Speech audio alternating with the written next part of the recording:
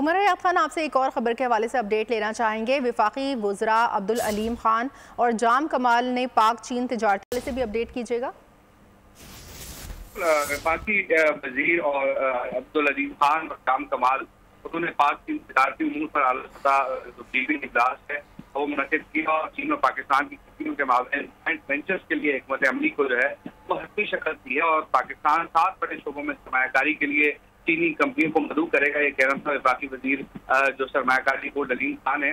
और चीन से 78 और पाकिस्तान से 167 कारोबारी इदारे इसमें शरीक होंगे। तिब्बी आलात, प्लास्टिक, क्लॉथिंग, लेदर, गोश्त, फ्रूट और सब्जियां और वेस्ट और चारा जो है वो इसमें शामिल है। और बांग्लादेश, इंडिया और वियतनाम के मुकाबले में पाकिस्तान में सरमायाकारी ज्यादा पुरकशिश है, कहना था वफाकी वजीर अब्दुल अलीम खान का। और उन वफाकी वजीर अब्दुल अलीम खान की बोर्ड ऑफ इन्वेस्टमेंट को वज़ीर आज़म के लिए जो है वो तफसीलात तैयार और पेश करने की हिदायत की है। और इसके साथ साथ खारजा, तिजारत, सनअत व पैदावार, फूड सिक्योरिटी और मेरीटाइम की वजारतों को ऑन बोर्ड लेने की हिदायत की है। और चीन के कंपनियों के इश्तराक से तिजारत में $1 अरब का इजाफा हो सकता है, ये कहना था वफाकी वजीर का। और पाकिस्तान चीन से मुख्तलिफ सूबों में दो तरफा तिजारत के लिए नए दरवाजे खोलना चाहता है और नई सनतें वहां लगाएं जहाँ बिजली की ज्यादा से ज्यादा फराहमी मुमकिन हो सके। और वफाकी वजीर अलीम खान की बोर्ड ऑफ इन्वेस्टमेंट के हुकाम को सरमायाकारी कंपनियों से बहुत बातचीत की हिदायत की गई है और चीनी कंपनियों के लिए बीजिंग में पाकिस्तानी सफारतखाने को भी ऑन बोर्ड लिया जाए।